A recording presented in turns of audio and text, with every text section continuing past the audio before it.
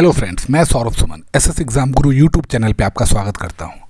आज हम आपको बीपीएससी बिहार शिक्षक भर्ती परीक्षा का कुछ अपडेट दूंगा। अपडेट पॉजिटिव भी है, अपडेट शिक्षक अभ्यर्थियों के लिए निगेटिव भी है। निगेटिव क्या है वो बाद में बात करेंगे, पहले पॉजिटिव क्या है वो मैं आपको बता दूं। एक समाचार की तरह मैं बता दे रहा हूँ। देखिए, अभी तक शनिवार शाम 6 बजे तक 1.21 लाख अभ्यर्थियों ने, मतलब 1,21,000 अभ्यर्थियों ने रजिस्ट्रेशन किया है। पूरा फॉर्म नहीं, रजिस्ट्रेशन, जिसमें से 86,717 अभ्यर्थी परीक्षा शुल्क दिए हैं, मतलब भुगतान कर फॉर्म को कंप्लीट कर लिए हैं। सबसे ज़्यादा संख्या कक्षा 1 से 5 तक के लिए रजिस्ट्रेशन करने वाले और फॉर्म भरने वाले छात्रों की थी। तो सबसे ज़्यादा 86,717 में कितने 125 के लिए सबसे ज़्यादा था। 1,21,460 में से 1,01,500 कक्षा 1 to 5 के लिए रजिस्ट्रेशन किए हैं, जबकि 72,315 फॉर्म भरने के साथ फॉर्म पेमेंट करने के बाद कंफर्म कर लिए हैं।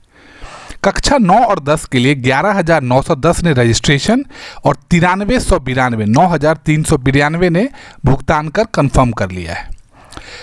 11वीं और 12वीं के लिए 8,050 ने रजिस्ट्रेशन करवाया है, जबकि 5,010 अभ्यर्थियों ने अंतिम रूप से फॉर्म भरा है।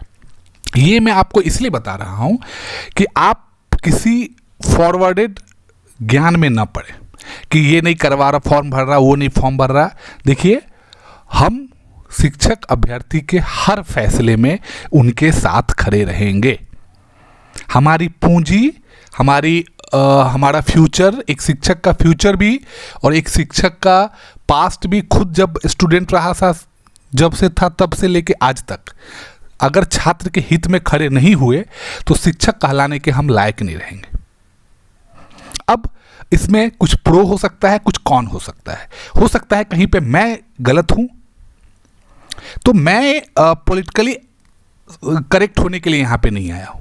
ये एक डाटा जो बीपीएससी के द्वारा आया था और मैं न्यूज़पेपर का कटिंग लगवा रहा हूँ। ये नहीं कि मैं अपने पीपीटी के स्लाइड पे लिख दिया जिसका कोई बेस नहीं होगा। और न्यूज़पेपर जब ये सब चीज़ छापती है तो ये बीपीएससी से कंसर्न करके उनसे जानकारी लेके करती है। अब मैं जो कल का घटना हुआ है उसके बारे में पेपर का कटिंग देखता हूँ, फिर आपको कुछ पॉइंट्स बताता हूँ। इस देश में लोकतंत्र है और लोकतंत्र में हर आदमी को एक शांतिपूर्ण तरीके से अपनी बात बोलने का, कहने का, प्रदर्शन करने का छूट है। आप में से जो लोग जो सरकार के समर्थक होते हैं, कुछ विरोधी होते हैं, मुझे न समर्थक से मतलब है, न मुझे विरोधी से मतलब है, मुझे शिक्षक अभ्यर्थियों से मतलब है। ये कोई तरीका नहीं है कि बीच मैदान में, बीच खेल में आप नियम बदल दे खेल का। मुख्य समस्या यहीं से है। दिक्कत बहुत सारी थी। ये बीपीएससी का जो फॉर्म आया उसमें स्टार्टिंग से लेकर अभी तक दिक्कत ही दिक्कत चल रहा था, और ये दिक्कत से किसी एक पॉइंट से नहीं था। 6 to 8 की वैकेंसी गायब, बोलते कुछ और है, वैकेंसी आता कुछ और है। कोई सिलेबस का ज्ञान नहीं, डिटेल सिलेबस ही नहीं है। मैं एग्जाम के पॉइंट से बता रहा हूँ। पहले तो बात कि एग्जाम्स होनी ही नहीं चाहिए थे। अगर आपने आज तक बिना एग्जाम लिए एसटीटी, सीटेट के बलबूते पे पास अभ्यर्थियों को नौकरी दिया है तो आपने अभी नियम में बदलाव किए, तो आपको वैकेंसी जो एलिजिबिलिटी टेस्ट है, आज मान लेते हैं आज का डेट से आपने नियम में बदलाव किया, तो आज के डेट के बाद होने वाले हर क्वालिफाइंग एग्जाम में बैठने वाले अभ्यर्थी को ये पता होता कि अगर मैं सीटेट का फॉर्म भर रहा हूं, अगर मैं एसटेट का फॉर्म भर रहा हूं, तो मैं पास भी हो जाऊंगा, तब भी मुझे क्वालिफाइंग पेपर, बीपीएससी का पेपर देके ही शिक्षक बनना पड़ेगा। नियमतः ये चीज होता है।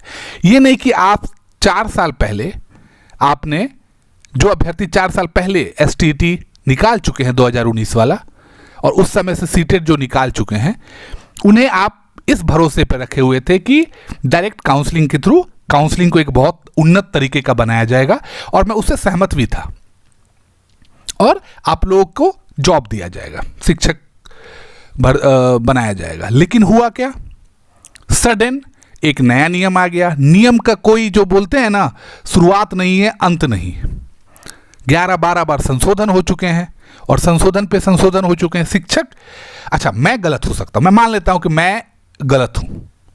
इतने ज़्यादा जो आपको भीड़ दिख रहा है, ये किसी पॉलिटिकल पार्टी का भीड़ नहीं है, ये सब सीटेट एस्टेट क्वालिफाइड का है। जिस जगह पे एस्टेट और सीटेट क्वालिफाइड इस तरीके से अपने हित और हक के लिए प्रदर्शन करेंगे, वहां पे इनकी बातें सुनी जानी चाहिए, मांगे मानी जानी चाहिए।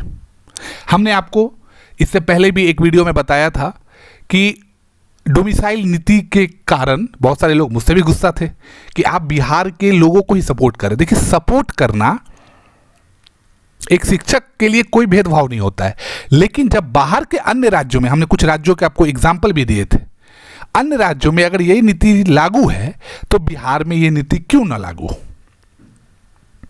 और जब बिहार में शिक्षक अभ्यर्थी जो 4 साल से बेरोजगार बन बैठे हैं, उनकी नियुक्ति हो जाए, सीट्स खाली रह जाए, आप बुला सकते हैं। जो सरकार का तर्क था मैं उस पर भी आऊंगा। पहले तो ये आप, इसमें मैं क्या अच्छा कोई, ये जो दिखा रहा हूं स्क्रीन पे, इसमें अच्छा क्या है, इसमें मैं क्या बताऊं। ये डोमिसाइल नीति भी, और मैं किसी पॉलिटिकली एक्टिविटी में नहीं पढ़ना चाहता, मैं सिर्फ आपको ये चीज दिखा रहा हूं। शिक्षक अभ्यर्थियों का हश्र जो हुआ है, आप देख रहे हैं, इनकी क्या गलती है। ये आज जो सामने वाले हैं, इनको भी बनाने वाले यही शिक्षक लोग हैं, पर इनकी भी क्या गलती है। इन्हें जो आदेश मिलेगा ये वो करेंगे। आप देख लीजिए, मैं स्क्रीन पे सिर्फ ये दिखा रहा हूं। पथराव हुआ है, लाठीचार्ज हुआ है, 19 नामजद हुए हैं, 600 अज्ञात पर केस हुआ है। ये देखिए न्यूज हेडलाइंस।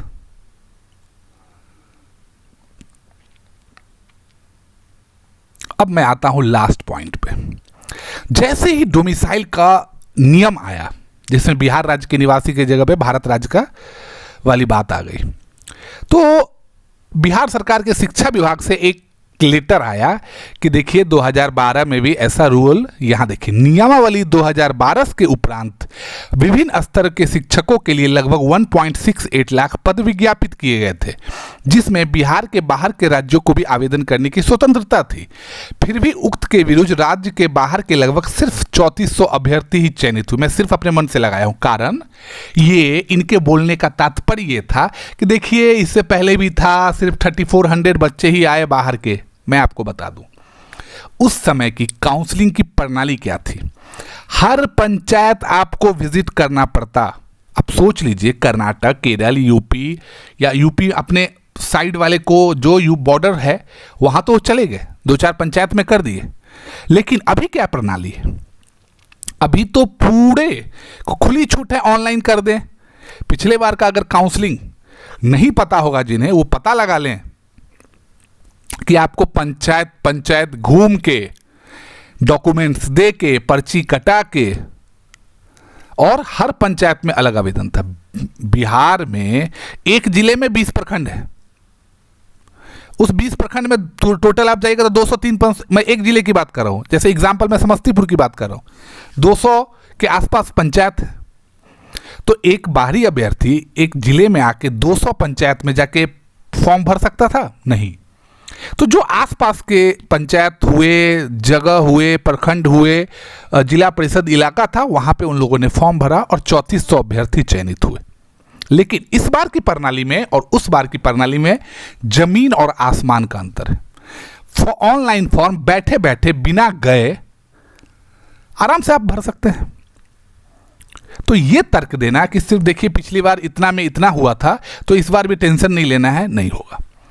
फिर मैं आपको बता दूं, हम बहुत सारे मैंने देखा जो कोचिंग चलाते हैं, जो बुक्स पब्लिश करते हैं कि ये बुक पढ़ लीजिए तो हो जाएगा, वो बुक पढ़ लीजिए हो जाएगा। मैं पहले भी अपने पढ़ाई वाले टॉपिक में भी बोल रहा था और आपको अभी भी बोलता हूं कि ये जिस एग्ज़ाम का कोई सिलेबस ही आउट नहीं है, उस एग्ज़ाम्स का मैं 1000 पेज का भी क्वेश्चन आंसर छाप दूं तो मैं ये बोल नहीं सकता कि आप ये पढ़ के पास हो जाएंगे। हाँ, आप पढ़ सकते हैं, ज्ञान लेने का चीज़। आप 1000 पेज का क्या 10,000 पेज का बुक पढ़ लीजिए, लेकिन बिजनेस के लिए आप झूठ बोल के नहीं चल सकते शिक्षक अभ्यर्थियों को कि देखिए ये बुक्स है, क्योंकि कोई मुझे बोल दे आमने सामने बैठ के कि सिलेबस में ये जीएस से कितना क्वेश्चन आएगा, जीएस जनरल साइंस में फिजिक्स केमिस्ट्री बायोलॉजी का 2-3 पार्ट्स, कंप्यूटर कितना कितना क्वेश्चन आएगा। अगर मैं एक शिक्षक, मान लीजिए मैं एक शिक्षक हूँ, मैं जीएस का बुक लिखा, आपके लिए मैंने 500 क्वेश्चन चारों टॉपिक से दे दिया। अब आप एक चीज़ बताइए, फिजिक्स में कितने टॉपिक होंगे, केमिस्ट्री में कितने टॉपिक होंगे, बोटनी और जूलॉजी जो बायोलॉजी का पार्ट है उसमें कितने टॉपिक होंगे, कंप्यूटर चलिए छोटा सा पार्ट है उसमें 2-4 क्वेश्चन आएगा, आदमी बिना पढ़े भी बता देगा पेपर में। अब इन सब का, इन पूरे जीएस से कितना क्वेश्चन आएगा आपको पता है? मैं किस गारंटी के साथ 200-400 पेज का एक बुक निकाल के आपको बोल दूंगा कि ये पढ़ लीजिए तो आपका सामान्य अध्ययन का बुक कंप्लीट हो जाएगा? नहीं, हो सकता है कि आपके उस बुक से 2-4 क्वेश्चन आ जाए। इसीलिए सब स्टार्टिंग से लेके अभी तक मैं आप लोगों को यही बोलता हूं कि आप अपने स्तर से, देखिए आप क्लास 11th और 12th के स्टूडेंट नहीं हैं, आपने क्वालिफाइंग पेपर कंप्लीट करके आ पाए, आपको पता है कि क्या क्या आएगा। आप घबरा के कोचिंग ऐप नहीं ला सकते, क्या आपको, क्योंकि सिलेबस ही नहीं, डिटेल सिलेबस नहीं। इसलिए मेरा आपसे रिक्वेस्ट है और उन संचालकों से भी रिक्वेस्ट है कि आप स्टूडेंट्स का साथ दीजिए। साथ देने का मतलब ये नहीं है कि आपको स्टूडेंट्स ये बोल रहे हैं कि आप आंदोलन करने चलिए। साथ देने का मतलब है कि आप पत्राचार भी कर सकते हैं, आप सरकार से मांग भी कर सकते हैं, जैसे भी है मांग कीजिए ना। शांतिपूर्ण तरीके से भी शिक्षक कोचिंग संगठन भी मांग कर सकते हैं। सिर्फ बिजनेस करने के लिए अभ्यर्थी उनके मोहरा नहीं होने चाहिए कि चलिए मेरा कोचिंग चल जाए तो मेरा बुक बिक जाए तो मैं बच्चों को एग्ज़ाम्स होने चाहिए। बुक चले ना चले, कोचिंग चले ना चले, मेरा चैनल चले ना चले, अभ्यर्थी शिक्षक बनने चाहिए। हमारी अंतिम यही इस बिहार शिक्षक भर्ती परीक्षा 2023 के लिए मांग है। बाकी आप पढ़ाई में भी लगे रहिए। फॉर्म्स की संख्या देख लीजिए, मैंने आपको फर्स्ट पेज पे ही फॉर्म की संख्या बता दिया था कि आप फॉर्म की संख्या देख लीजिए, कितने बीपीएससी के द्वारा बताया हुआ फॉर्म है, और आप सफल होंगे अपने उद्देश्य में, ये हमको पता है और ये हम चाहते भी। आप मेरे साथ लगातार जुड़े रहिए। आपका बहुत बहुत धन्यवाद। अपडेट, और मैं कल भारतीय संविधान पे बहुत सारा अच्छा एक टॉपिक के साथ वीडियो ला रहा हूँ, आप उसको भी पढ़ते रहिए और पढ़ाई भी आप लगातार करते रहिए। मेरे साथ जुड़ने के लिए आपका बहुत बहुत धन्यवाद।